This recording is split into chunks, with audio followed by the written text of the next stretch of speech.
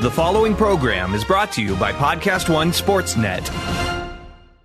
This episode of the Steve Austin Show is sponsored in part by Geico. Go to geico.com, and in 15 minutes, you could be saving 15% or more on car insurance.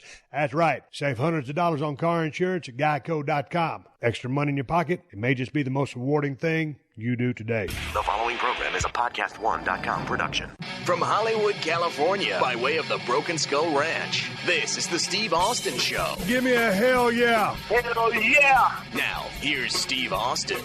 All right, everybody, welcome to the Steve Austin Show. I'm coming to you from the Silver State out here at the BSR 2.0 in Nevada. It is a bright, beautiful day. It is July 4th. Happy 4th of July to everybody out there. I hope you had a good one. I know the 4th of July came right in the damn middle of the week this time around on a Wednesday. Boy, that is not the greatest day to have a 4th of July party. Nonetheless, my niece and her boyfriend are coming down here to the crib. We're having hot dogs, chili, Frito pie, 7-layer bean dip, chips, and a bunch of other BS. And I am going to be rustling up some Broken Skull Ranch margaritas, and that's the bottom line. Just got back from riding my buggy up there in the mountains. Had a damn good ride, hauled ass, did a little bit of scouting around. Not looking for hunting spots, just scouting around with the local area. Had a good time, came back to the crib, and we're going to keep this open pretty short because I got a lengthy conversation with a very interesting guest. His name is Gregory Iron. He was a professional wrestler. He has cerebral palsy, and that does not get in his way. He moves forward with so much enthusiasm and determination in his life. He's also a motivational speaker. I had a blast talking to this young man. It was a pleasure to meet him. He's doing a lot of good work inside the squared circle, traveling around all over the world, sometimes teaming with his longtime mentor, hero, friend, Zach Gowen. And I'll tell you what, they make a damn good tag team. I think you'll enjoy my conversation with Gregory Iron. And I'm going to keep this short so I can get it to my producer so he can celebrate his 4th of July. I hope you enjoy this show. I'm heading back to Los Angeles early next week where we will hit the ground running and bring some more guests here to the Steve Austin Show. But before we get to Gregory Iron, hey, man, do you think you're brushing your teeth correctly? Most of us are brushing our teeth wrong. Not for long enough, and forget to change our brush on time. That's because most brands focus on selling flashy gimmicks rather than better brushing, but not Quip. Quip is an electric toothbrush that's a fraction of the cost of bulkier brushes. Also, Quip's built-in timer helps you clean for the dentist's recommended 2 minutes with guiding pulses that remind you when to switch sides. With Quip's subscription plans, they are focused on your health. They deliver new brush heads on a dentist recommended schedule every 3 months for just $5, including free shipping worldwide. And check this out. Quip also comes with a mount that suctions right to your mirror and unsticks to use as a cover for hygienic travel wherever you take your teeth. Finally, everyone loves Quip, featured by Oprah, Time Magazine, and having the distinction of being the first subscription electric toothbrush accepted by the American Dental Association. Quip starts at just $25, and for all you Steve Austin Show listeners, if you go to getquip.com/Steve Austin, all one word, right now, you get your first refill pack free with a Quip electric toothbrush. Again, that's your first refill pack free at getquip.com/Steve Austin, GETQUIP.com/Steve Austin. Do it for your damn teeth. Shut it down! Hi, I'm John Taffer. You probably know me because I've rescued thousands of bars, hundreds of them on TV. That's your future. Broken! I'm also a best-selling author, and I've owned and operated a bunch of other businesses. But now, I'm here on PodcastOne with my new show, No Excuses. I only yell at assholes. Every Tuesday, I'm going to give it to you straight. I'm giving you all things bar rescue, insider peeks of what's going on the set, current events and topics you care about, with in-your-face analysis, and you know how straight I can be. And I'm going to have unforgettable guest interviews with the world's most interesting people, and I'm going to ask them the questions that nobody else has ever asked them. And yes, sometimes I can be a bit of an ass, but I'm going to shut it down every Tuesday and make no excuses. It's going to be the #1 show here on PodcastOne. Listen to it every Tuesday on PodcastOne.com, on the Podcast One app, and on Apple Podcasts. And remember, rate and review it, or I'm going to shut you down. This is the Steve Austin Show. All right, you ready? I think so. You think so? I think so. I don't want you to think so. I want you to know so. I'm ready. I was in here with Gregory Iron, professional wrestler, 12 years in the business. The only professional wrestler with cerebral palsy. That's right. Man, what a journey. What a story you got. Crazy, right? Yeah. And I can't believe it. We've been talking about 20 minutes off the microphone about, 2001 in Cleveland? Yeah. Invasion angle. And you were at the pay-per-view. I was there, man. Everybody was in the ring. Yeah. And because you were behind the stage a little bit, you could see me getting ready to come out. My seats were so bad. I had nosebleed. And How old were you? Man, 13 or 14. It might have been 15, but 14 or 15, I think. Yeah. And I actually got the tickets because I lied to my friend's, my dad's friend, because he said if I could get a girl to go with me, that he would buy the tickets. And then I didn't. I said, I got this girl down the street to go with me. Can you buy the tickets? And he said, yeah, and he bought them. And then, of course, the day of the show, I'm like, girl bailed on me. Took my friend, dude from school. Master of manipulation. There it was. Hey, man, God dang, I've been, doing research on you and following your career and reading about you with the cerebral palsy. And when your dad noticed at a young age he was trying to throw you things and you weren't catching with that hand. Yeah. But then also, before even that, or maybe after that, just the, dude, what happened with your mother? My mom got really addicted to drugs, specifically crack. I think she always dabbled in drugs as I was younger, but her mom, my grandmother, when she passed away in 1995 of bone cancer, I was 8 years old. It really escalated because she couldn't cope without living with her mom, and it was hard on me too because my grandmother was the one that got me into wrestling. So like once she was like the glue that held the family together, right? So once she was gone, things got real rough for me. So my mom was the glue that held our family together. For you, it was your grandmother. Yeah, absolutely. And she was a big fan of Hulk Hogan and Randy Macho Man Savage. Big fan, yeah. Actually, when she passed, because it was like the first major death that I ever dealt with, my parents told me, if you put something in her casket, she'll always be able to remember you and you'll be able to stay with her. And it was cool because last year I met Hulk Hogan for the first time, and I got at his beach shop. So I got to share this story with him, which was like a cool life moment for me, right? I didn't mean to start off with this podcast with such a heavy-duty beginning, but yeah, I guess we got everybody's attention. So I thought to myself, like, what can I put in her casket? That would be important to both of us. And I just got a Hulk Hogan WCW action figure because this was 95. And so I had one of the old Hasbro WWF ones, the smaller ones. And it was like my favorite action figure. But I said, like, you know what? I got this new one. I'm going to put this Hulk Hogan figure in her casket. And that's what I did. And I remember, like, all the adults walking up to the casket and thinking it was weird. There was a Hulk Hogan figure in there. But, like, I don't know. That was important to us. And like, I feel like that's really a big reason why I latched onto wrestling so hard at an early age because, not only was stuff bad at home, but like just that was our thing, man. Like she was in the wrestling way before I was even around. Like once she exposed me to like WrestleMania 6, Hogan and Warrior, I started discovering all these other VHS tapes she had. And she had like WrestleMania 1 and WrestleMania 4. And so like, she was like a huge Hulkamaniac. It was crazy. So how was it meeting Hulk Hogan and telling him the story? Was it cool? Overwhelming because, look, I'm going to just come out and say it. I paid to meet him because I was in town to hang out with Johnny Gargano, who's, like my best friend, like my brother. And he said, see if there's anything you want to do while you're in town. So, of course, I wanted to go to the Hogan Beach Shop. And coincidentally, he was going to be there.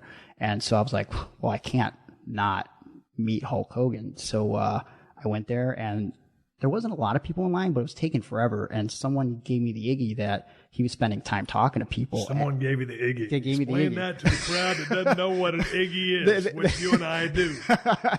They gave me the signal. They gave me the cue. They gave me the heads up, And so they said, like, yeah, he's like, he talked to me for like 5 minutes. So I was like, so in my head, I was like, oh, crap. Like, maybe I'll get to spend some time for him. Like a nerd. I mean, I didn't know if it was going to be high and by, sign this poster, but like, I wrote a note. Cause like I wanted him to know, like, and I wasn't going to know if he read it or not, but like I wanted some sort of peace of mind to at least try to tell him like how much he meant to my childhood and like how much he meant to my grandmother. And, I gave him the note, but like, I mean, I got to talk to him for like 5 minutes and, I got to tell him everything that I wrote in the note. And I told him that I was a wrestler and how much he influenced me. And it's funny, about a month or two prior, I did this match with one of my closest friends, Ricky Shane Page. We did it up in Alpha 1 in Canada. and it was a dog collar match, and I had bladed, and it was real bad, like blood everywhere. Like the only thing. Carried away. I'll get back to that in a second because it wasn't my fault. So I told him, and I didn't tell him that, but he said, like, I could tell you're a wrestler. I see that little gigger across your forehead, and I popped inside because I'm like, oh my God, I can't believe I'm having this. Telltale things among the boys. Yeah. Or if it's some mark or fan, and like, what is that? Or why? Yeah. So like, just him, like, I don't know, treating me kind of like a peer in that moment. I don't know. Like, it was kind of surreal, man, because like I loved Hogan so much. Like, he was my childhood. But like, as far as Ricky Shane Page goes, that match with him, this guy. So I hadn't got color in a long time, and I'm not one of those guys to just go and just do it for the sake of doing it. Like I want it to like mean something, right? I think the last time I tried to do it a few years earlier, like I didn't get any color, which is weird because the few times that I have, it's been pretty bad. So Ricky, because I trust him so much. He goes, I could do it for you, and so I go. Without hesitation, I go, you know what? I'm okay with that because, you're my buddy. And, so we're in the match. We're doing this dog collar match. And I feel like it was one of my best performances. And I feel like when you're friends with someone, that chemistry, that you just kind of click, right? So at some point, he gets me down. His gimmick is he's got like a spike that he pulls out of his boot, right? And, he takes the spike to my head and he's acting like he's poking me in the head. But then he takes the blade at one point and he's like, acting like he's going to carve my skull, and he takes it and goes, pff. So you can imagine my concern when I hear him go, oh shit, sorry, man. And all of a sudden it's just down my face. And like, I kind of freaked out, but I didn't freak out because there was a lot of blood. Because in my head, I'm like, this probably is a good visual, but I freaked out because I'm like, man, I don't want like my head to look like a can opener when this is over, but I'm in the moment, right? So like, you got to go with it. It was pretty crazy. I'll have to show you pictures. Those color jobs that are just so gory, they're a little over the top. Oh yeah. Well, this one was real bad. Like, I mean, I was wearing acid wash jeans because, dog collar match. I knew there was going to be blood.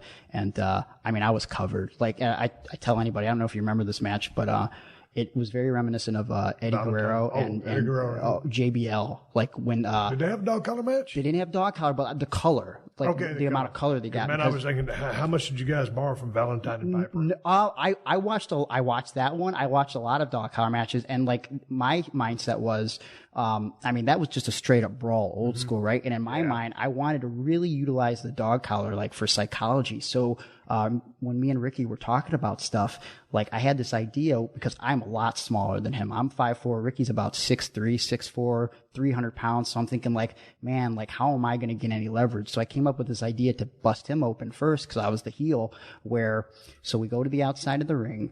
I run on the inside corner and then back out. So the chain is like wrapped around the inside and I'm trying to pull him into the pole, right? And I can't do it because I'm so tiny. So then he pulls me and I stop myself on the pole and I won't go. And he's getting frustrated. So he comes over to me and I just rake his eyes, right? So now that he can't see anything, I have this idea. I see the ref, right? And the ref's bigger than me. So I have this idea where I give him a couple looks and then I take the chain and I put it around the ref and I push the ref and run with it. So that way the momentum of both of us brings him into the post, busts him open, and then like now I got him staggered a little bit.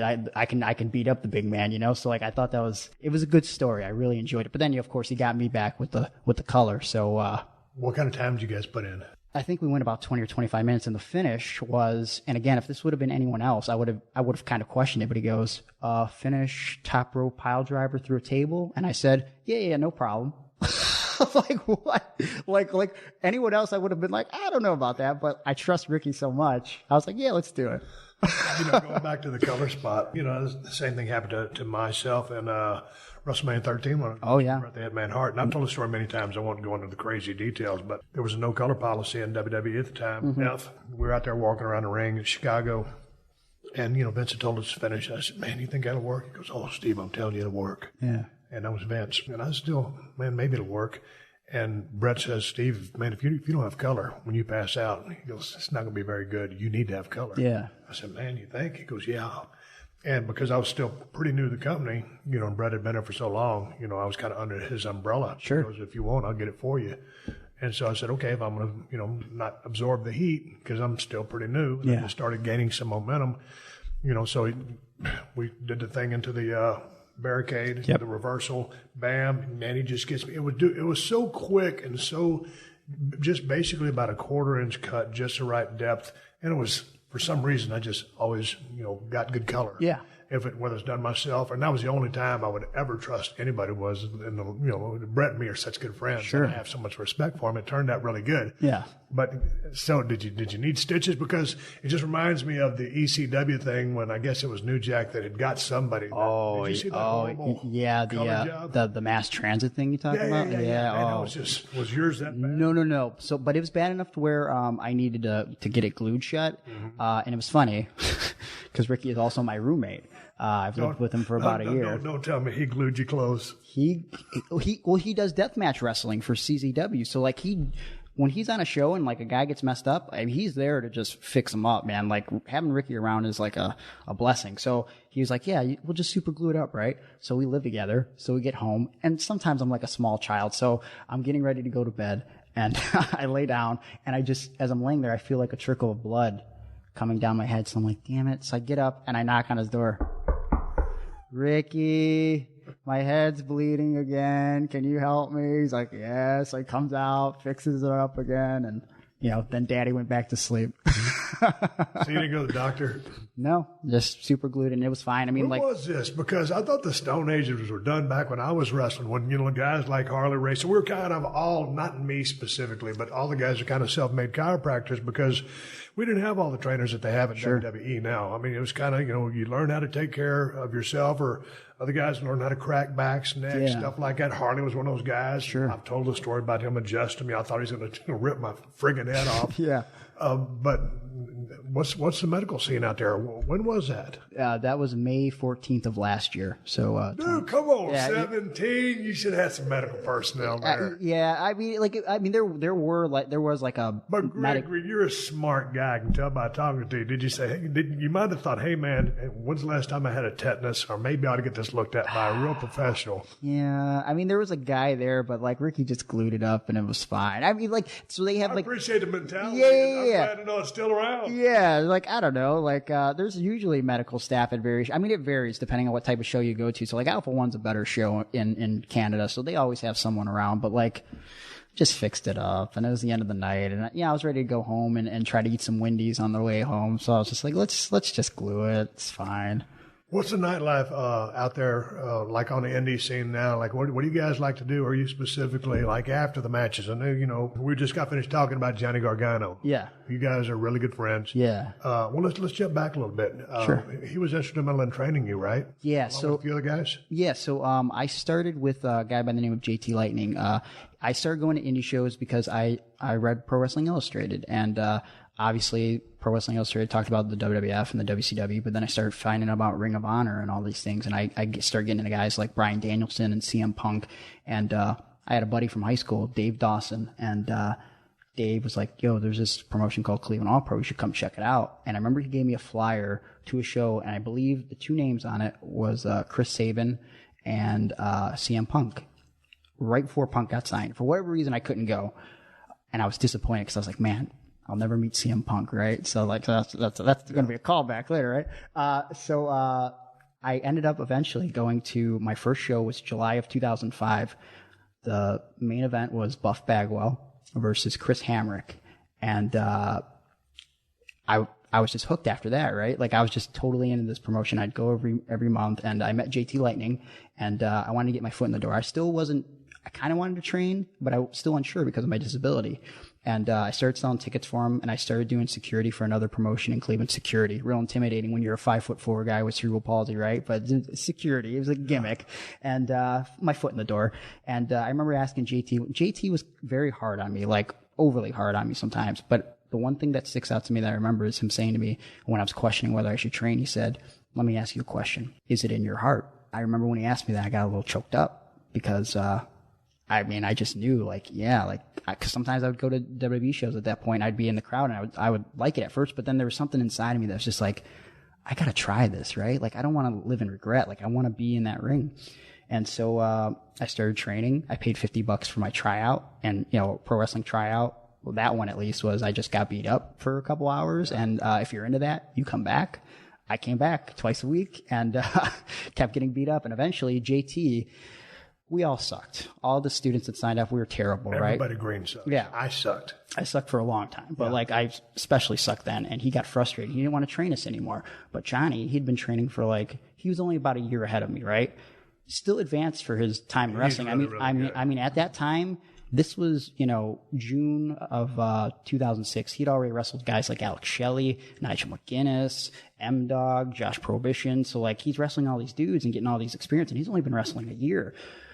But he was in no position to train, right? So, and he'll tell you that. So it was kind of like me and Johnny, we became close because we lived in the same neighborhood, and in a lot of ways we were teaching each other. And Johnny really motivated and drove me to just be better in the ring and be better as physically, you know what I mean? Because I started bodybuilding when I was like 16, but like seeing Johnny's drive and how he'd be like, I'd come over, he had a weight bench upstairs, he'd be like, let's lift weights, man. And I was like, all right, let's do it. He pushed me to be better, and just a huge motivator, huge inspiration in a lot of ways. When you talk about lifting weights, you kind of invented a weightlifting system for yourself because of your disability. Yeah. So like normal stuff, bench press, deadlift, stuff like that. How did you go about inventing this system for yourself, and what is it comprised of? In many ways, I lift just like anyone else, but when I like bench press, because my right arm isn't fully functional, and sometimes it's hard for my fingers to grip across the bar and everything. I have to take my left hand and almost mold my fingers to the bar, and then I'll have a death grip once it's locked there. And I kind of off center my left hand, so that way, if for some reason my right arm goes out, I can save my ass, right? So that's the most unique thing I think I do. But other than that, it's like I just use a lifting strap, and it like really changed the game for me, because sometimes if I'm using dumbbells, I'm trying to do shoulder shrugs or something, my hand will just come open, because, cerebral palsy, it's a neurological disorder. So my brain just does whatever it wants to sometimes. And, it really helped me just locking on to the weights, and, helps me finish a lot of my exercises. So other than that, I feel like I work out just like anybody else. Actually, I have a buddy who's helped me so much in the past 2 or 3 years. He's got this place, Fit Legit Training, up in, North Royalton, Ohio. And, good guy, Vince, and like he just helped me change my diet, helped me do a lot of strength and conditioning stuff. So like I started incorporating box hops and burpees and all that stuff, and he's just a huge motivator. And like, man, there should be a lot more dudes in that gym, because it's pretty amazing. Man, I'm watching a lot of these guys do the box jumps, and women too, CrossFit stuff and all the burpees, man burpees. Man, that's a badass hard exercise. Oh yeah. And you think, I just watch somebody do them, you think, no big deal. Oh, bullshit. Oh, no. Rep out 10 of them for me. And at 10, just 10. Yeah. Hey, that'll wipe my ass out. Oh, for sure. Nutrition. You said you changed your diet around. I'm like, how strict are you out on the road? We just got finished talking about IHOP.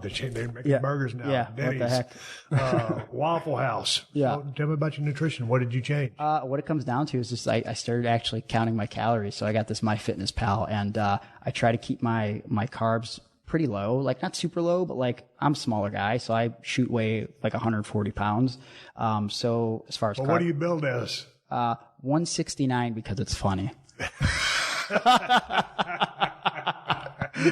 Man, you really jumping way up there. 169, hey man, you got to jack it up. Man. I love it. So keep going. So, where's your carbs at? So my carbs are about like taking like 175 carbs a day, and then like my calories, my calories are like 1,700, and I kind of put it a little lower because sometimes I like to go over a little bit. So if I eat like 1,900 or 2,000, I'm still in a good area, right? If I go past it a little bit, but I try to watch what I eat. I mean, that's what it comes down to. Like you can work out, 6-7 days a week, and like it doesn't matter if your diet sucks, you right? can't out-train a shitty diet. That's right. That's the best way to describe it. So I just try to eat my chicken breast and eat my tuna, and I just kind of leave stuff open for like maybe some protein ice cream. So I feel like I'm doing something wrong, but I'm really not. And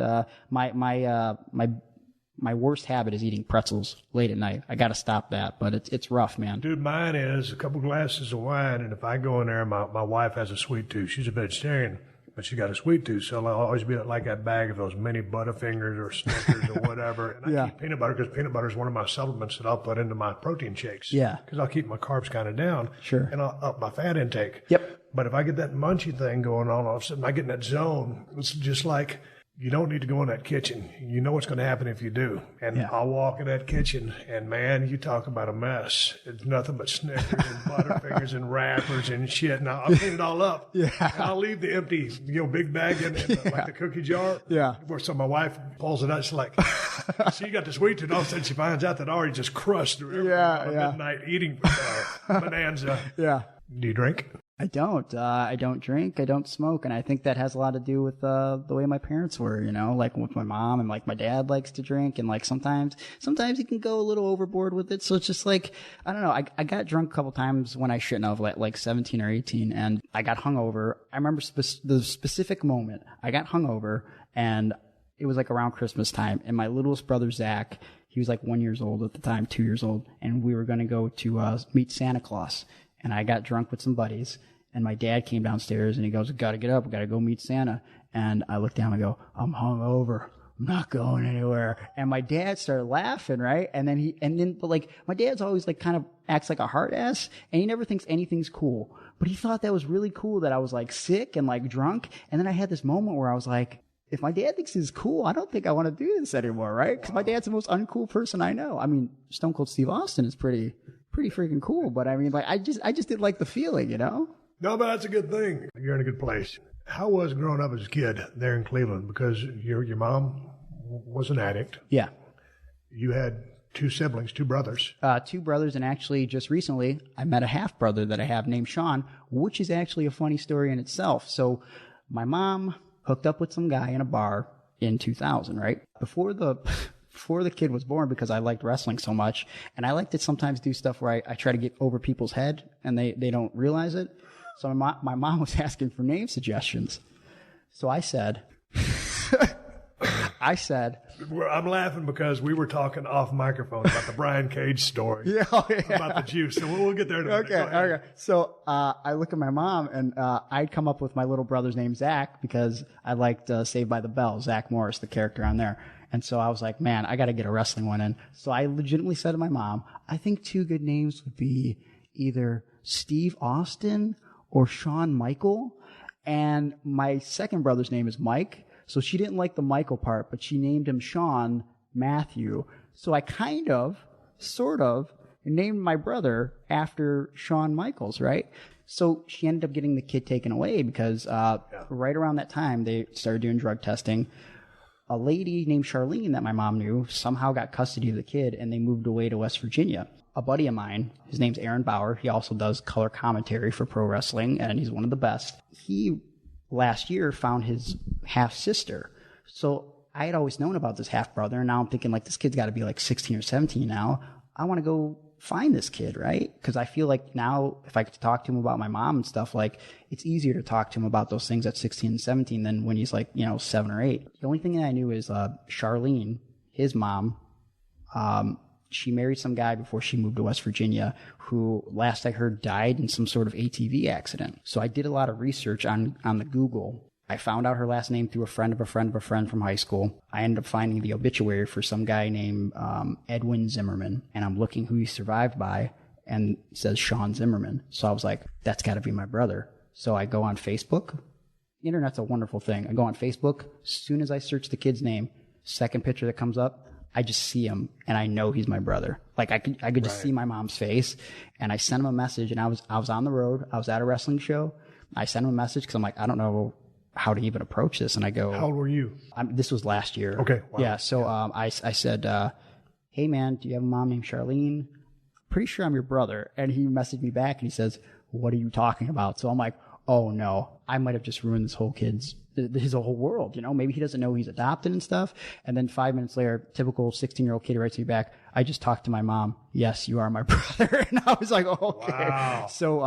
So last year, for the first time, I got to meet him. He lives in Junior, West Virginia, which is just a little town with one stoplight. I love that kid, man. So long story short, I've got 3 brothers. So, but you guys are close now? Yeah, real close. I text him all the time, and he's such a good kid. And I even asked him after the first time I met him. I spent a weekend with him, and I just said, how did you turn out so well?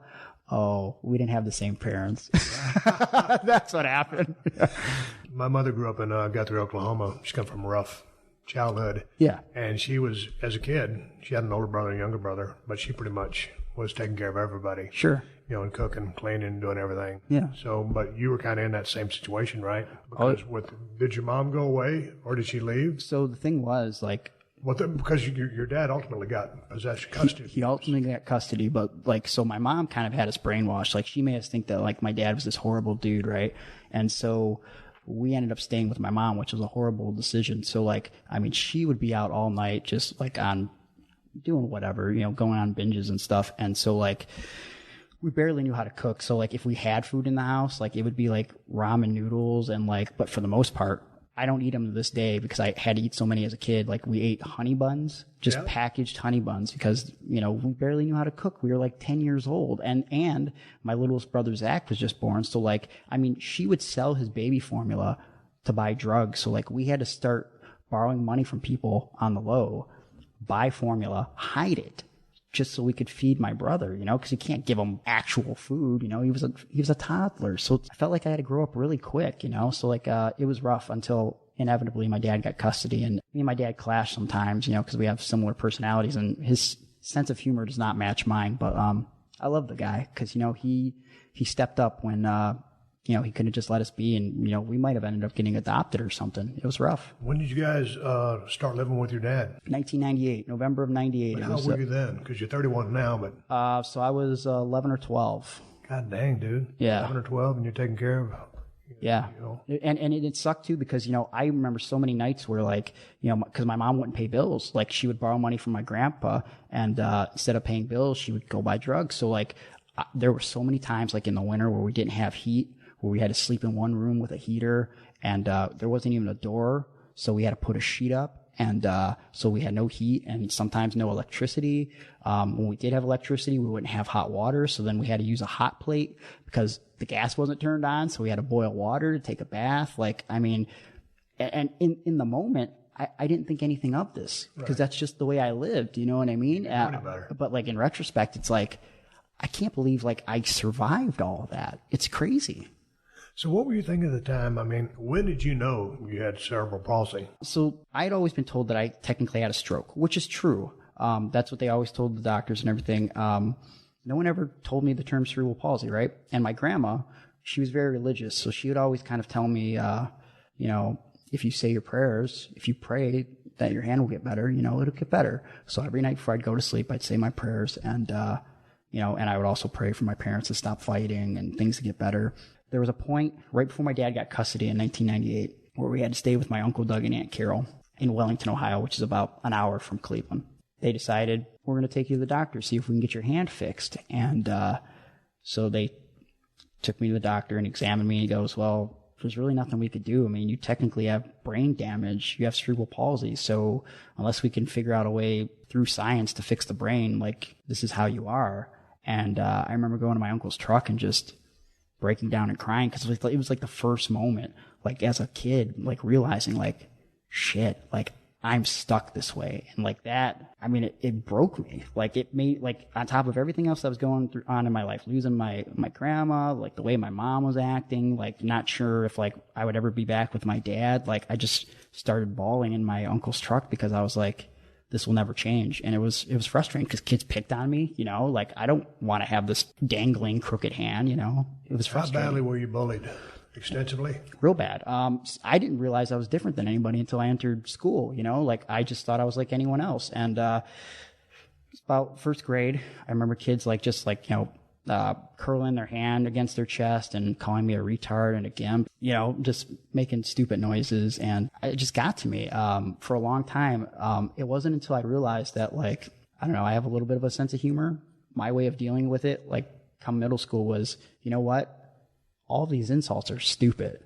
If I can insult myself better than they will, they'll just leave me alone. So, like, I would just talk trash about my Kmart brand shoes because I couldn't afford them, and my terrible clothes, and like talk trash about my disability. And like, the bullying slowed down a little bit. I mean, it was still there, but it was like, if I have a better joke than you, what could you possibly say to me? So that's kind of how I dealt with it. But did it ever get physical? Oh yeah. I got into fights in elementary school more than middle school because I didn't know any better. And there was probably a little bit of a wrestling influence. So like, I didn't want to back down from kids, I wanted to stand up for myself. And it was, how did that work out though? There was never a fight that I I wouldn't say that I won and I wouldn't say I lost. It was always one of those things where it was a scuffle and it kind of got broken up. But you sent out a message, hey, don't mess with me, I'm just like you, and I felt like I was, That's amazing. Yeah. So growing up in high school, what kind of student were you? Average, arguably below average at times, just because puberty kicked in and I had an interest in girls. Not that they had an interest in me, but I felt like I don't think I'm dumb. I feel like sometimes I wasn't challenged, you know what I mean? And I didn't really know what I wanted to do after high school. And I don't know, like my brain was in so many different directions because I'm still trying to adjust to like things with my dad and like the situation with my mom. Because like even though she's not with me 24/7, she's still in and out of our life, creating chaos and like starting crap and like trying to take money and stuff from the house. So I don't know, it was hard to keep focus in school. So I was average. I mean, all through elementary school, straight A's and B's, right? And then as soon as puberty kicked in, 6th grade and like girls and all the crap with my mom, it was just kind of skated by, I'm not proud of that, but that's the way it turned out. So did you have a bunch of friends in high school? I mean, who'd you hang out with? A loner? I felt like I had a personality where I could kind of fit in with really any kids, but like there was like the stoners, and then there's like the preppy kids, and whatever. Like I kind of like mingled in with anyone, but like I would always get to a point where they'd be like, oh, we should hang out sometime. But I would know their personalities enough to be like, we won't mesh outside of this building. Like it's cool that we could talk while we're here. So the only kids that I really associated with was like kids that loved wrestling as much as I do. Like that's who I connected with. And I had like a group of kids that I sat with at the lunch table and talked to in the hallway where it's just, NWO, D-Generation X, WWF, man. Like those were the kids I wanted to hang out with. So what did you do when you got out of high school? Or when did you start training to get in the ring? So you knew that that's what you wanted to do? Yeah, so I went to college for a semester after high school, right? But I have this bug, this itch, and I'm starting to go to those Cleveland All-Pro shows, and I just want to try it. Because in my head, I'm like, I can go back to school, but the older I get, it's going to be more ridiculous for me to try to be a wrestler, right? When I saw Zach Gowen, who wrestled in WWE with one leg when I was 16, that was the first time in my life where I was like, if this guy could do it with one leg, maybe I could do it with one arm. Because before that, Steve, I was obsessed with wrestling. I mean, to the point where, so I didn't think I could be a wrestler. But then I started looking at the commentators, and I'd see a guy like JR, and I'd be like, maybe I could be a commentator, right? But me being such a dumb kid, I read so many books and like read so many magazines on wrestling. I didn't think Jim Ross is sitting there at the table with, notes and like all these facts. So I think I have to memorize these facts. So I'm memorizing like the entire history of the WWF champion, like in order, like attendance records, like WrestleMania 6 had 67,678 people, and it happened on April 1st, 1990, in the Sky Dome in Toronto. And the main event was Hulk Hogan and the Ultimate Warrior. It's like why? I don't need to know that. I know that now, but like I thought as a kid, like that's how you're a commentator. You memorize moves, you memorize pointless facts, and that was my mindset. But then I saw Zach, and I said, maybe I could be a wrestler. So I asked my dad to get me a weight bench. He laughed at me. He thought it was kind of ridiculous. I kept pushing and pushing, and eventually got me a weight bench. And to be a dick, he purposely put it in the garage in the winter because he got it around Christmas time. So he's like, if you want to go lift weights, you got to go out in the garage. And that's how I started. I'd put on like a couple layers of clothing, and it was probably like 10 pounds on each side on a not even an Olympic bench. It was like a real crappy bench, and that's how I started my weightlifting. Bar. Yeah. Yep, that's how I started. It's almost AWA style, Vern Gagne. Yeah. Have you ever seen those videos on YouTube? They're insane, right? Carrying dudes upstairs and everything. Oh my God, yeah. The weeding out process. Yep. So when you started training, did you catch it? Did you catch all of it pretty fast or slow, medium? It was hit or miss on some things. The one thing that when JT started with me, he would always challenge me in the sense where he'd be like, okay, today I'm going to teach you how to do a collar and elbow tie-up. And if you can't do this, I can't continue training you, which is very admirable of him in retrospect, because there's a lot of dudes out there that'll just take your money, right? So when he would say that to me, I'd put so much pressure on myself because I'd be like, oh shit, if I can't do this, I'm not going to be allowed to come back. So if I couldn't do it the conventional way, I would figure out some way to make it look realistic for a guy with one arm. So like, collar and elbow tie up, and then, okay, today I'm going to teach you a drop down. If you can't drop down, I mean, that's a pretty basic wrestling maneuver. Like, we won't continue training you. So I'd figure out, like, what's the best way for me to drop down? And hitting the ropes is actually the most different thing about me, because I guess a fan would never notice, but when I get whipped, I turn to the left, and I tried so hard to turn to the right, but like, because my disability is on my right side, to pivot that way is just weird. And there's a guy, Mike Quackenbush, who's wrestled on the indies for a long time. He does this weird lucha turn where he turns to the left, but he can grab the second. And I could never catch on to that either. So I went with the left pivot, and I try to not have guys with me the older I've gotten, so I can just run myself, so it makes a little bit more sense, or I have them throw me by the neck because I feel like logically I guess I could turn to the left. I don't know. It's about trying to find logic in something that's illogical, which is pro wrestling. You know what I mean? So that's what it comes down to. Yeah, but I noticed that on your pivots. Yeah. Just in hitting the ropes. And then, with that left arm, you're able to grab the top rope and get your base or your security. Sure. Because, I mean, a lot of people don't pick that up or know that there's a technique to hitting the ropes. They just think you run into the ropes with your back like this. Nope. No, you don't. Nope. You're grabbing that rope for a reason, or you're temporarily grabbing it for a reason. Just in case it snaps. Yeah, for any bump or anything anything that might happen. If the ropes break, you can save your ass. Sure. All right, let's take a quick pause for the calls and get big ups to True Car. If you're looking to buy a car, you're probably familiar with terms like MSRP. You might even know what it stands for, but what does it actually mean?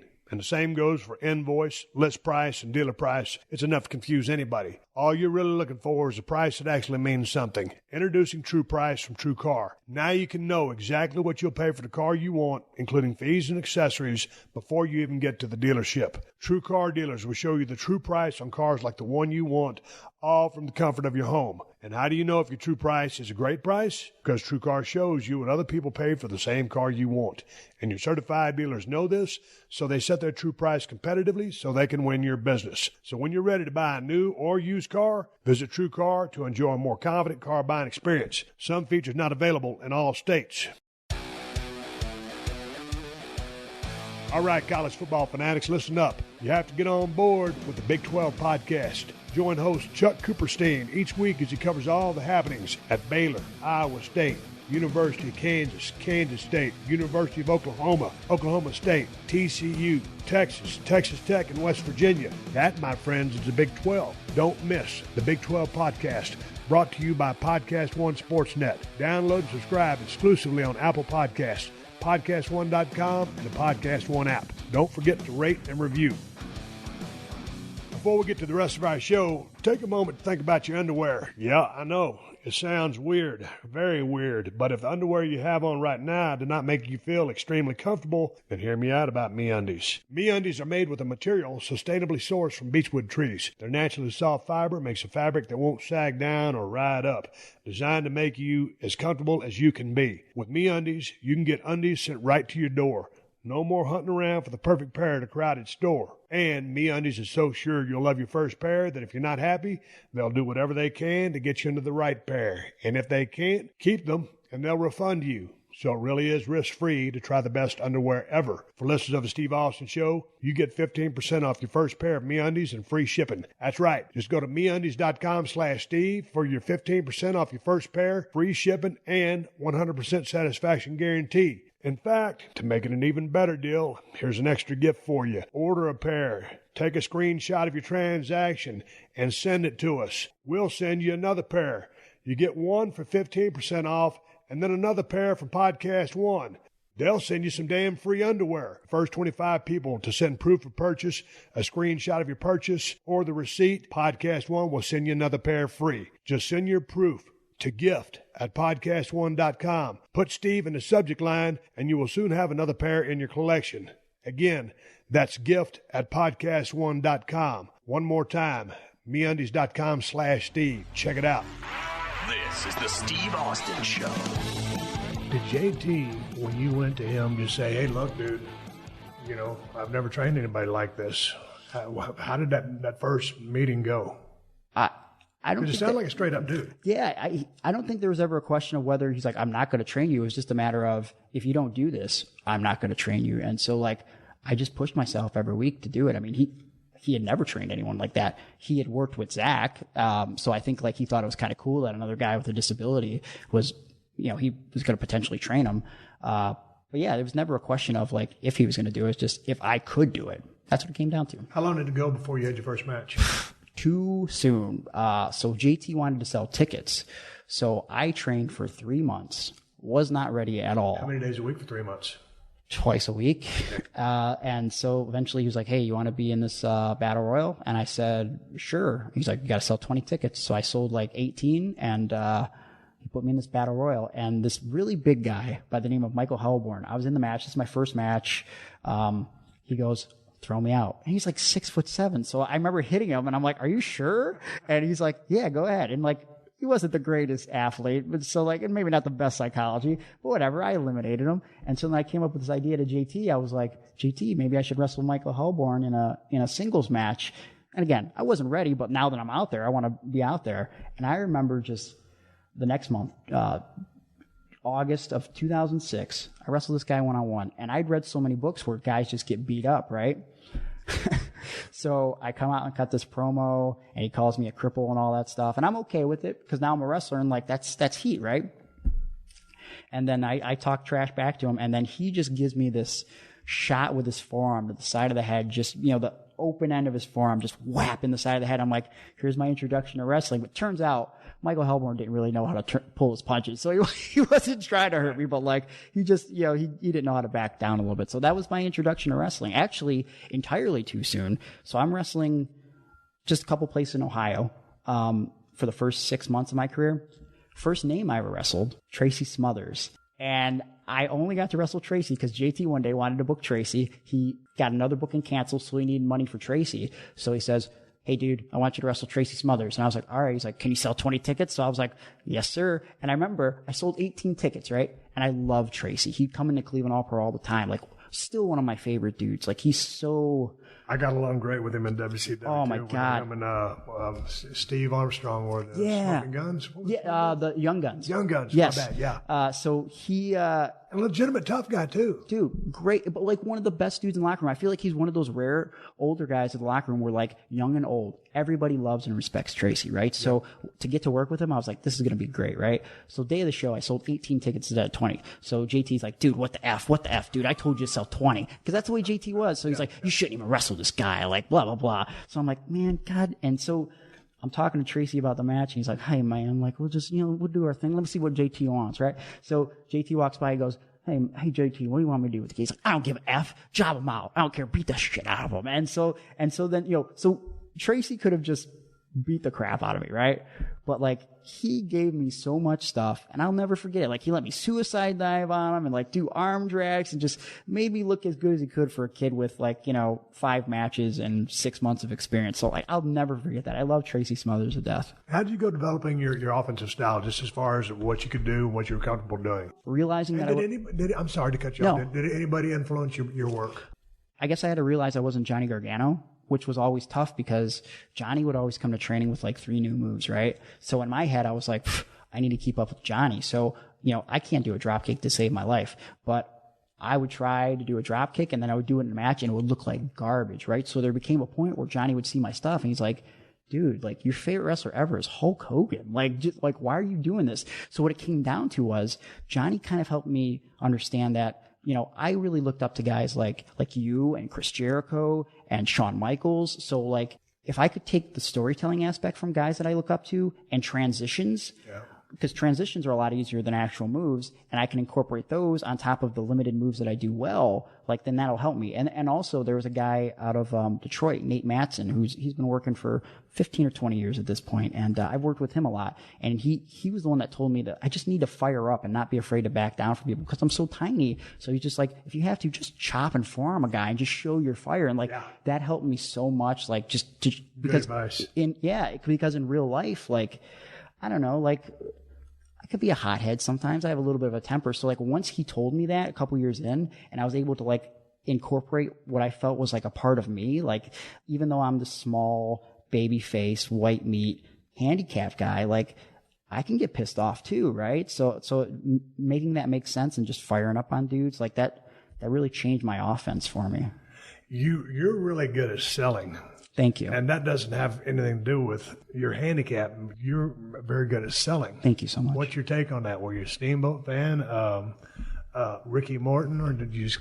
I don't know if there was one particular person that I zeroed in with, honestly. But you got the fact that if you're hurt, people are going to Yeah, what sticks out to me is watching, like, when I started training, because I started looking at matches different. Honestly, like, a lot of Shawn Michaels stuff was like, because, like, especially like if you see the way I grab the ropes sometimes, like, if I know that I'm going to be feeding for something, like feeding around into something, and even if it's like a duck, or if I'm actually going to take it, like, I'll grab the ropes and like make my legs all wobbly. And like, that's that Shawn Michaels, like, pull myself up and like over the top, because like, I know something's coming, right? And the crowd are like, you better look out, because they could feel it. And then I turn around and either the duck or I take the move or whatever. But like, I feel like there's a lot of Shawn Michaels influence in the way I sell. And then also, like, if I want to sell a body part, like, Bret Hart is the king of like selling the knee. So if someone's taking out my knee, I just think Bret Hart, you know what I mean? You got some good references. I try. Taste. I try. How did you and Zach Gowen end up getting together? Because the first time you met him, you were disappointed. He didn't even remember meeting you. He was kind of a dick. Yep.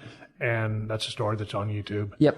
So how did you guys end up becoming a tag team? So what happened was, first time I met Zach, he was a dick. And that sucked, because he came into Cleveland All Pro Wrestling like 3 months into me actually doing matches. So I was so pumped, and I was like, man, I want to pick this guy's brain. I want to figure out how you make wrestling. Because this was a guy that you said, hey man, if he can do it, I can do it. Yeah. He's your guy. He inspired me. So like, I'm like, I want to pick his brain, figure out how do you become a wrestler with a disability and make it work, right? And I remember he just gave me this half-ass advice and just blew me off. And I remember, like, literally the first thing he said was, one of the things was like, someone was walking by and was like, I pinned the Big Show. And I'm like, what's wrong with this guy? Like, who cares? Like, all right, man, like, it's a work.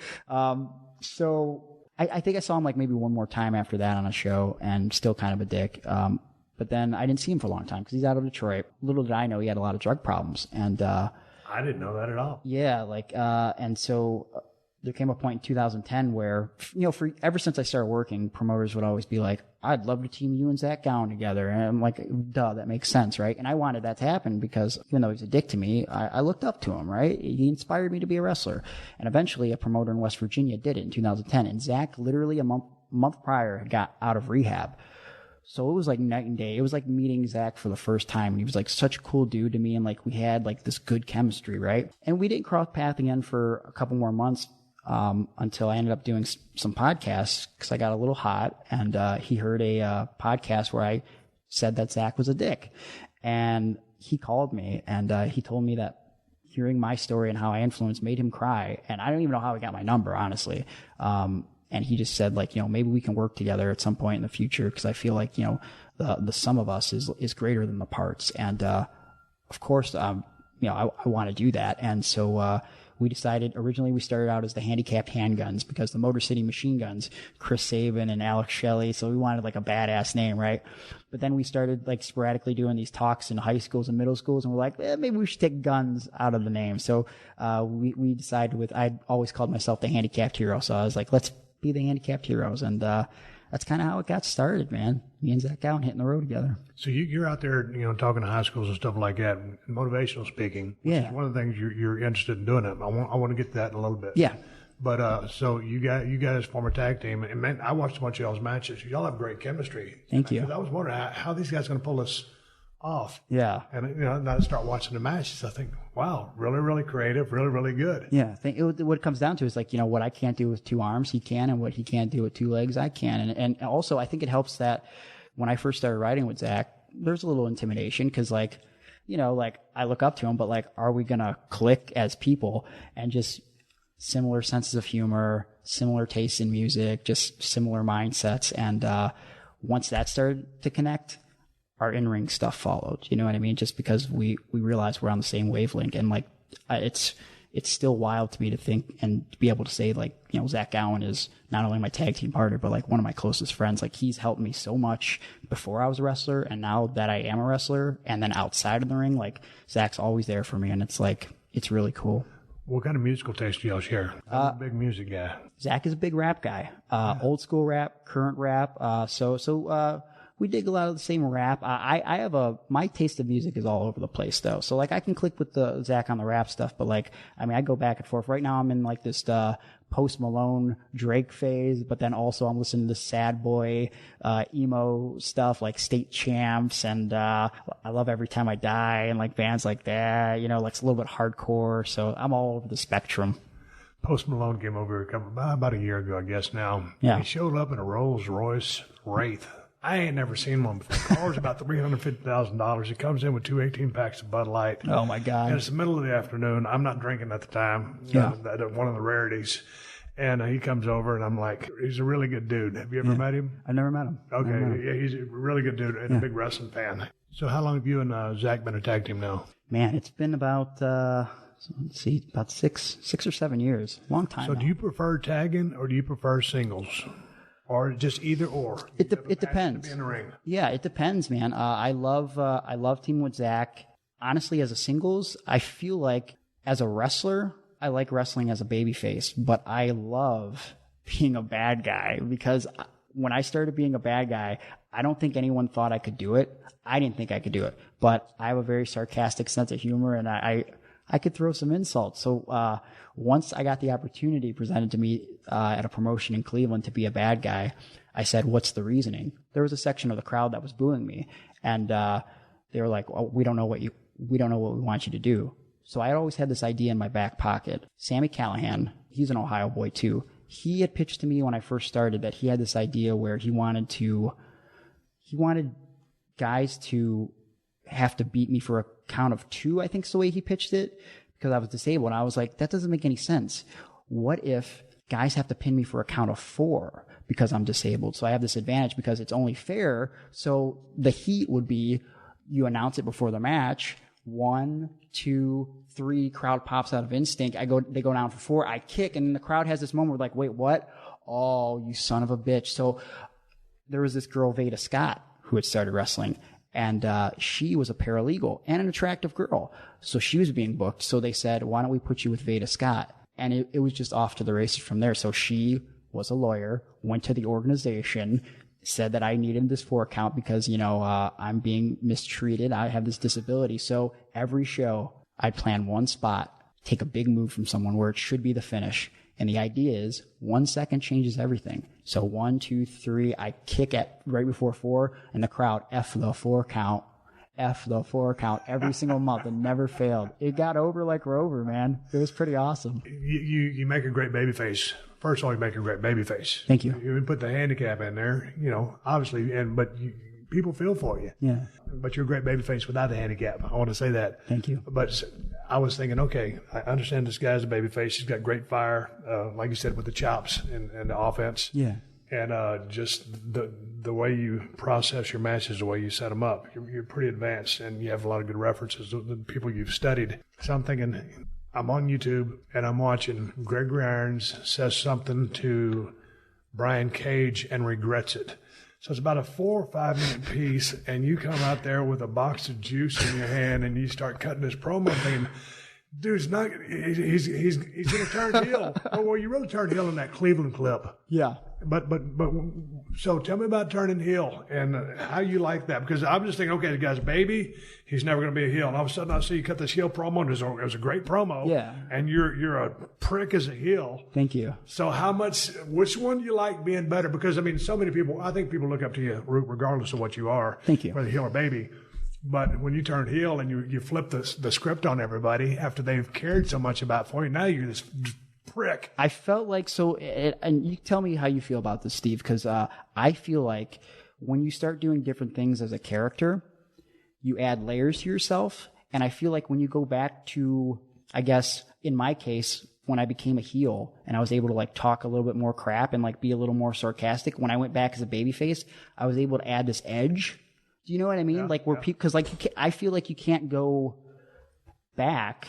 You know what I mean? You have to adjust accordingly as a babyface and as a heel, but you can't just start being white meat babyface again. So it made me more comfortable as an all-around performer, and that goes for guys that I teamed with, guys that I've wrestled against. I feel like every time I've wrestled someone that's made me better, I come out with something where it's another layer of me that I'm more comfortable showing people. So when if I think it's the promo you're talking about where I turned heel in Cleveland, I was sitting up on the top rope. Is that the one? Yeah, you're sitting on the top rope, and you're talking about everybody from Cleveland, because you named off Michigan, all these states that you'd wrestle in, and nobody in Cleveland had ever done anything. So no crap. In my head, I remember thinking, this needs to be like my Austin 316 promo, and nowhere near on that level. Okay, let's make that clear. But I remember thinking I have to say something that people know oh man, this is pretty real. And I think the one line that I hit was something to the effect of, like, you guys look at me like I have a disability. Yeah, I wear handicap symbols on my gear, but you people are far more disabled than I'll ever be. You're delusional. You know what I mean? Because it's like at the end, and sometimes I feel that way. Like, there's guys that, like, you know, like, when I wasn't making any money as a wrestler and, like, people are talking crap like, oh, you're wasting your time, blah, blah, blah. It's like, what are you doing with your life? You know, you're clocking in 9 to 5. You know what I mean? Like you've never even tried to take that first step towards your dream. And, like, taking your first step towards your dream, that's a very hard thing to do. It's very challenging, right? But once you take that first step, like, you could get started, right? It never gets easier, I feel, but, like, I don't feel like it ever gets harder than that first step, to be able to take that chance and say to yourself, you know, I might fail, and that's okay. And that's how I felt when I cut that promo. It's like, you know, like, you guys are booing me. F you. Look at my physique. Look at you, you cross-eyed googly freak. Like, look at you, fatty. Like, you should be ashamed of yourself when you look in the mirror. The guy with one arm has a better physique than you. You know what I mean? Because, like, I mean, sometimes I go in the locker room and, like, when I see a guy that's not, like, in decent shape, and then, like, I think, like, how hard I work, like, you know, some guy, it's good to look different, right? But I feel like, why do you look like a slob? Like, what's your excuse? You know what I mean? Like, everybody has the reasoning, but, like, I feel like when you're in this business, like, you should be busting your ass all the time. And if I am in good shape, you should be in better shape. Yeah, I don't know. It's just my mindset. Yeah, but I always figure if you're in the business of pro wrestling, or, you know, if you're doing anything that you're super passionate about, if you're not eating, sleeping, breathing, shit, that, you know, you're not committed 100%. Yeah. That was just always my mindset when you're in the business. Absolutely. What do you do for cardio with your workouts? You know, modifying your workouts. But what do you do for cardio, just as far as wind in the ring and stuff like that? Well, I do a lot of elliptical training. I can't run on a treadmill because if I do, I'll mess up my back because of my cerebral palsy. The bumps don't hurt your back? I mean, they do. Not anything out of the ordinary though. It's like mostly my lower back because of cerebral palsy. My right leg is slightly shorter than the other one. So I'd done a lot of treadmill training when I first started.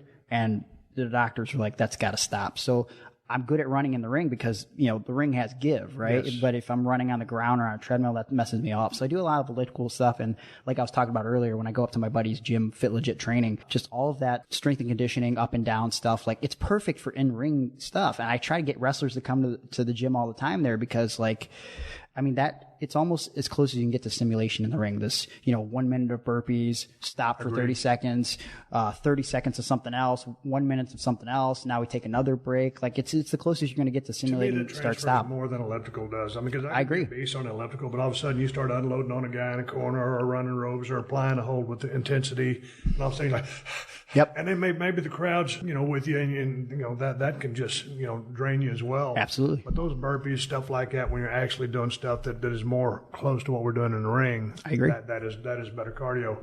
In 2012, didn't you send something out, a promo out to WWE about wanting to be in the Royal Rumble? That's a funny story in itself. So one day, I worked for this place, Chikara, and one day I get a call from the promoter, Mike Quackenbush, and Mike is working with Dave Lagana, who used to work for WWE. Dave Lagana is trying to put on these iPay-per-views, like stream them for Chikara. So Lagana has this idea that he tells Quack, because Chikara has a lot of crazy characters, a lot of out there comic book style characters, right? So my character, while it kind of fits in, it's the most realistic character that Chikara kind of had at the time. So they figured if they do this publicity stunt, maybe they can get Chikara out in the mainstream. So they call me and they say, we want you to cut this promo and say that you're going to be in the Royal Rumble now, you're going to win it. And, like, I never, like, stood up to Quack as far as, like, I'm not going to do something. But, like, I remember the way he said it, I was like, that sounds weird, right? So I said, I thought about it and I took some time to process it. And I said, what if I say that if I get the support of the fans, there's a chance that I could be in the Royal Rumble and finally get an opportunity with WWE? And that was the mindset. And Dave Lagana helped me a lot with that behind the scenes. He actually also worked for TNA at the time. And Quack and Lagana got me booked on Fox News in New York. Lagana told me while we're sitting backstage about to go on air on this TV show, he says, my goal is to get you signed for WWE while I work for TNA on the down low. And I remember thinking, like, that's ridiculous. And obviously that didn't work out. But so before we go on air, that's a funny story. The host of the show says, you know, Vince and Linda, they watch the show all the time. You know, they love Fox News. So Lagana says, you know what you have to do? You you got to challenge Vince McMahon on air. And I said, that's ridiculous. But I was like, well, why not? Because the day before, my car engine exploded. I was stranded in the middle of Pennsylvania. I'm supposed to be driving to a Chicago show and then in New York City for the show, one of the biggest opportunities of my life. Now I don't know how I'm going to get there. And through a lot of stuff and like trainees driving 3 hours backwards to pick me up, I ended up getting there. So I thought to myself, shit, why not? I guess I'm going to challenge Vince. And I remember there was 3 cameras sitting in front of me, and I looked at the host before we went live, and I said, hey, what camera do I look into if I want to say something? And they said, don't look into the camera. I said, okay. But in my head, I'm like, I'm just going to find the red light. And so as soon as I found that red light, I look into the camera, I go, and Vince, I know you wrestled Zach Gowen on pay-per-view, a guy with one leg. If you don't want to put me in the Royal Rumble, I'd be happy to take you on myself. And after I said it, like you could see it in my face, I'm like, I just said that. I just said that on live TV, and Vince didn't take me on because I don't work for WWE. But it was a good life moment. You'd love to go to WWE, right? I would love that with all my heart. I grew up on WWE. You know what I mean? Like, it's been such a positive impact on my life. The characters, just when things were the worst for me, like getting lost in those characters. Like, the foundation of my childhood was like Hulk Hogan and Macho Man and Bret Hart, right? And then as I got older, like on top of that foundation, the structure that stood up top of that foundation was like the NWO and DX and Stone Cold Steve Austin and like your attitude. Like I feel like defying authority and stuff. Like I took that to heart, right? Like I didn't want to back down from people. So it's like it influenced me in such a positive way as far as like pursuing the things that I cared about and being passionate about it. So like I would love to just get a chance to try and fail in WWE. And I feel like I'm always talking to the wrong person at the wrong time, and like they're currently not in WWE. So then they're like, oh man, if I was there right now, like I would hire you in a heartbeat. And I was like, oh well, you're not. And so like I would just love the opportunity. Just let me suck. If I suck, then tell me to go F off, right? But I feel like the most important part about my story is that my story can appeal to so many different people and people outside of wrestling, and that's what it's all about. It's not about like, would it be cool for me to be in WWE? Absolutely. I would love that. That's my dream. But I think the cooler part is how sharing my story, which is what I found out over the last 12 years, how I could share my story and positively influence a whole mass of kids and like kids that were just like me when I saw you on TV or Hulk Hogan, just like that they can follow their dreams, that they could do anything they set their mind to. That's what it's all about. I saw a video clip on YouTube. You guys were at a show somewhere. I think Zach was there with you, but it was a lady who'd come up, and was her brother or son had cerebral palsy. Yeah. And I guess it just passed away or something. Yeah. But they were so inspired by you because of what you were doing.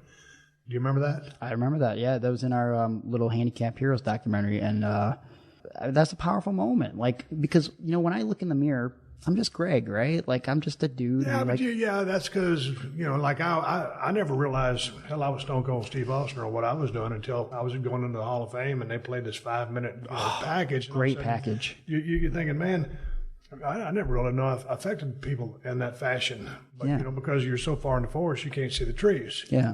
So I never realized that. But and watching people's reaction to you and watching that video, and I get it immediately. Yeah. Maybe not so much because you're you. Yeah. I mean, so like, I just think I'm me, but like, I think that, when I got into wrestling, it was because I had this chip on my shoulder and I wanted to prove people wrong. But when I have interactions like that, where people tell me how much like sharing my story has influenced them to chase their dreams or to work out or anything like that, like it's overwhelming. It's overwhelming to know that like on some small scale, like I can influence people the way guys like Hulk Hogan or Stone Cold or Shawn Michaels or Chris Jericho influenced me, man. Like it's a blessing. I guess that's the best word to describe. It's a blessing to be able to do good for others like that. You got a pretty busy schedule. You're here in LA, and as we speak, it is Friday, June 29th. So you wrestled in Baldwin Park last night on the 28th. Yep. You came in from Cleveland. Yep. And you're going to tomorrow. Going to Buffalo for Empire State Wrestling, and they have a 6:00 bell time. And because I'm an insane person, a student from Cleveland is driving to meet me there. I'm going to jump in my car about 6:15 after being match 1. Drive all the way to Cleveland so that I could be like the second to last match and do a double shot. And coincidentally, I think I'm doing a little something with Brian Pillman Jr. Really? Yeah. Have you met him yet? I have met him. I'm wrestling a kid by the name of Jackson Argos, but he's in this little stable with Brian Pillman Jr., and he's a good kid, and I look forward to working with him. I look forward to meeting him in person one of these days. Of course, I met him way back in the day in the 90s, down in Orlando at the TV tapings. I've kept in touch with him on the phone. He was on a podcast, and I had his dad's old weightlifting belt for some reason. Oh, wow. Down at my ranch in Texas, and I said, man, and I reached out. I found Brian Jr.'s contact info, and I said, hey, man, I've got this belt, but you should have it.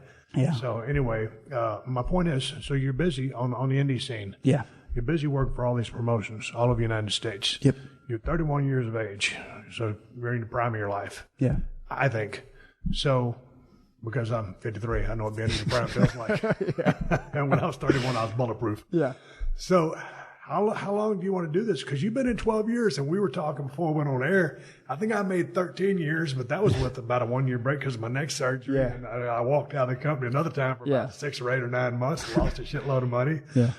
So I think you already got me 12 years. How much longer you want to do this? You know, it's hard to envision my life without wrestling because it's always been a constant. And there's just something powerful about what I get to do. There's I don't do drugs or alcohol, right? So like there's some sort of like euphoria, I guess, that I get from performing in the ring. Like if you would have told me, when I was 12 or 13, that one day, like you're going to be able to share the ring, share conversations with like people that you look up to, like perform at a level that you yourself don't believe that you could perform at. Like I never did anything athletic in my life before wrestling, right?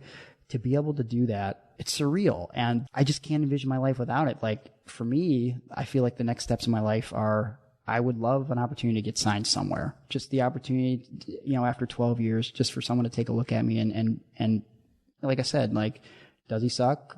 If he sucks, tell him to hit the road. If not, like, I feel like, a lot of lives can be impacted in a very positive way. If that doesn't happen, I love the indies. The indies are very strong right now. Guys like the Young Bucks and the Bullet Club, they have changed the game.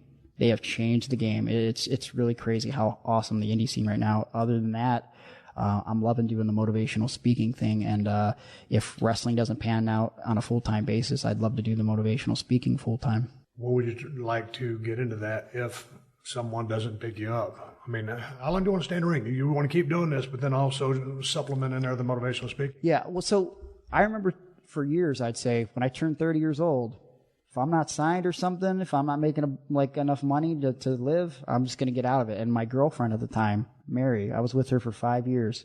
30 was creeping up, and she says, so when are you going to be done wrestling at 30? And I said, oh, no. The whole industry's changing because Johnny had just got signed. Like these smaller guys are getting the opportunity finally. So I'm like, oh, it's a whole new world. So I remember like she had this sigh, you know what I mean? And I should have known then that like maybe my relationship is nearing its end. So she was kind of anticipating you getting out or slowing down. I think so. Like she would look. I love Mary. We're not together anymore, but I love her to this day. And she stuck with me. She saw the best and she saw the worst. I mean, and there's both. Yeah, and I'll always love her for that. But I feel like there came a point where I guess I didn't see it, but our lives started veering in different directions. And like she wants a family and a house and stuff, and I want those things too. I want them so bad, but like I'm psychotic, and I just want to get to those things in a different way, and that way happens to be wrestling. So it's, you don't know how life's going to work out.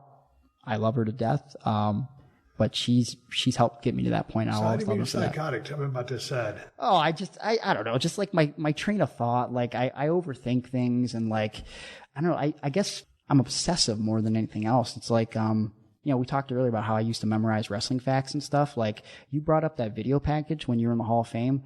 For a while in Cleveland, Johnny Gargano's stepdad ran a promotion, and behind the scenes, I kind of helped a little bit with production and writing some stuff. And so I self-taught myself how to edit videos, because watching those WWF video packages when I was a teenager, like the My Way video package from WrestleMania 17, and like all the ones after that, the Desire videos with Creed, like I would watch those over and over and over again. And admittedly, I still do it like when WWE comes out with a new video package, because I don't know, they're just so well done. The production is incredible. Like just, it's amazing. So it's like, I want to like memorize the beats and like, just, I don't know, like the drama that builds in a video package. Like, I don't know, like it's an art. I'm passionate about wrestling. Even if you don't understand wrestling, I feel everyone understands passion. When you look in my eyes and you hear me talk, like you might not understand pro wrestling because it could be a little weird, but you understand that I'm passionate about it. And I think that's what it comes down to. Yeah. Now that you got 12 years in the business, and as you continue, obviously the years keep piling up, do you go to some of these shows and with this experience underneath your belt and working against the odds that have been stacked against you from day one, are you mentoring some of these guys or helping them out with their matches, or are you that veteran that will give these up-and-comers some advice and help? Yeah. Or do they seek you out? Yeah, I feel like I go to try to lend, no pun intended, a hand every now and then, and I I try to offer some insight. I try to offer some insight, and you know what? Me and Johnny have talked a lot about this, and I don't even know how you would go about doing it because it seems ridiculous to me. I mean, like talking to Stone Cold Steve Austin on a podcast is also ridiculous, but like Johnny's always brought up, like if WWE didn't sign you as a performer or TNA didn't sign you as a performer, like would you ever do like writing or producing? Because I did it for so long on a very, very small scale for a local promotion in Cleveland. Would you ever want to do that? And like, I feel like with the guys that I've worked with, like I love helping guys put matches together or like coming up with finishes. And I'm not Pat Patterson or something. No one's going to be Pat Patterson, but I just feel like there's something that I like about like seeing something that guys have put together and then adding like a little tweak to it, right? Or helping a guy with like a promo. And like, I try to always tell guys, because I heard Dusty Rhodes talk about it, like, taking song lyrics and like tweaking them and make it your own for a promo and stuff, and like taking real life experiences and like just putting it out there. And like, so it's easier to tell that story because like, if you believe what you're doing, whether you be good or bad, if you can convey that to the audience and you really believe it, they're going to believe it too, right? So that, I'm very passionate about that. Like in a perfect world, I would love to speak to kids. I would love to do some time wrestling for WWE or something. And after that, I would love to work behind the scenes with some younger guys. And if there's something that I could do to help them, whether it be with a match or helping with promos, editing videos, I don't know. Like I have a lot of big dreams and a lot of them revolve around wrestling. Going to your promo style, what kind of work, because you were thinking about promos or lyrics from a Dusty and changing things around from a song that may fit you or the story that you're in. Yeah. A couple of because I want to get back to a CM Punk story where CM Punk was just on fire, or recently he had just been signed, or was before he got signed by WWF.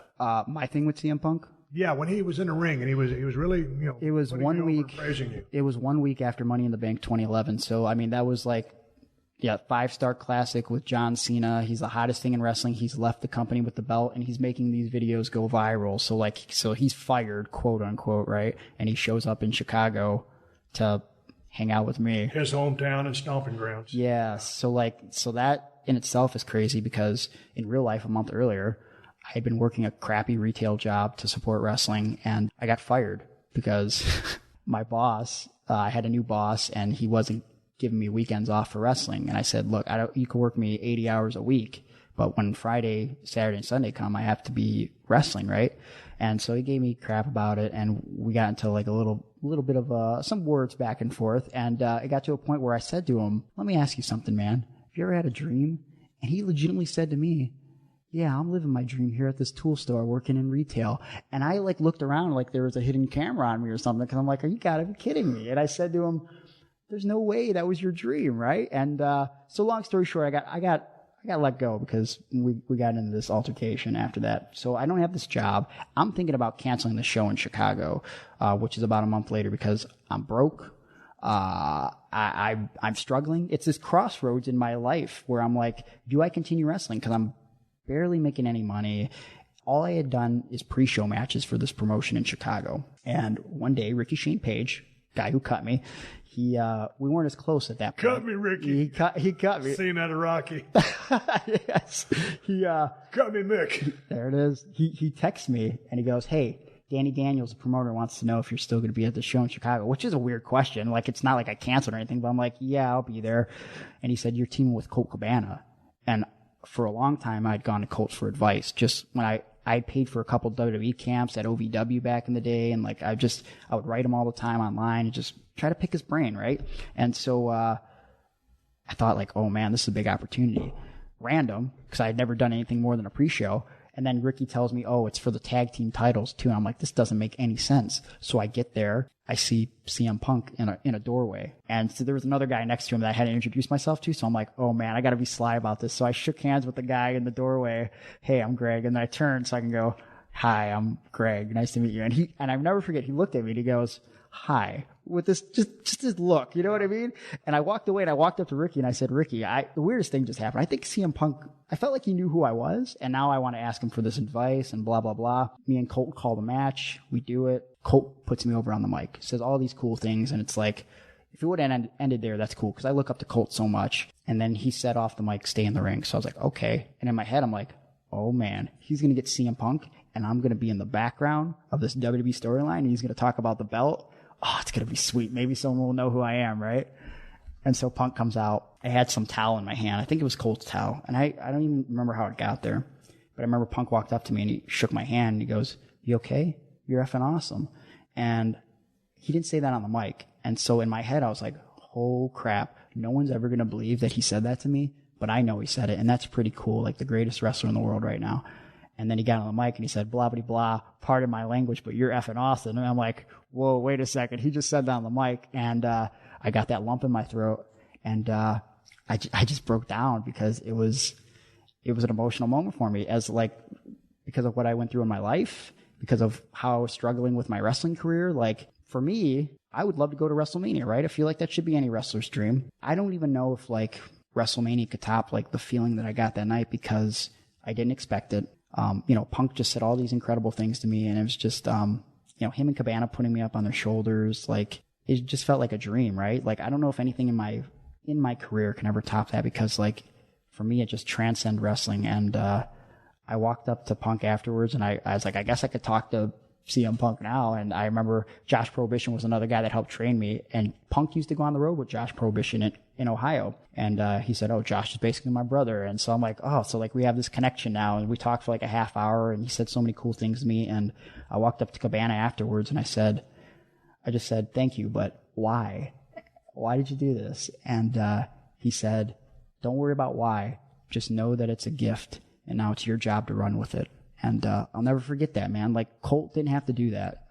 But for some reason, he saw this potential in me as a babyface, and he told Punk my story. And Punk, who never met me one time, did that for me. And it changed my life, and it helped me be able to make money as a performer. It's pretty incredible. Going out there and getting, those kind of words from a guy that you really look up to, and a guy who I consider a very good friend. We don't really talk too much, but yeah, a guy that I really respect, and what he did for the business, his promos and stuff like that. But it makes, all the dues paying, all the hard times, everything that was going against you, and all of a sudden, man, you have this guy that you really think a lot of. Yeah. Say words from his heart about you. Yeah. That's pretty damn cool. It was amazing. So how do you top that? I don't know, man. I mean, obviously, we just discussed. I have a lot of dreams and goals, and I would love more than anything if I just got one time to wrestle Johnny Gargano in NXT.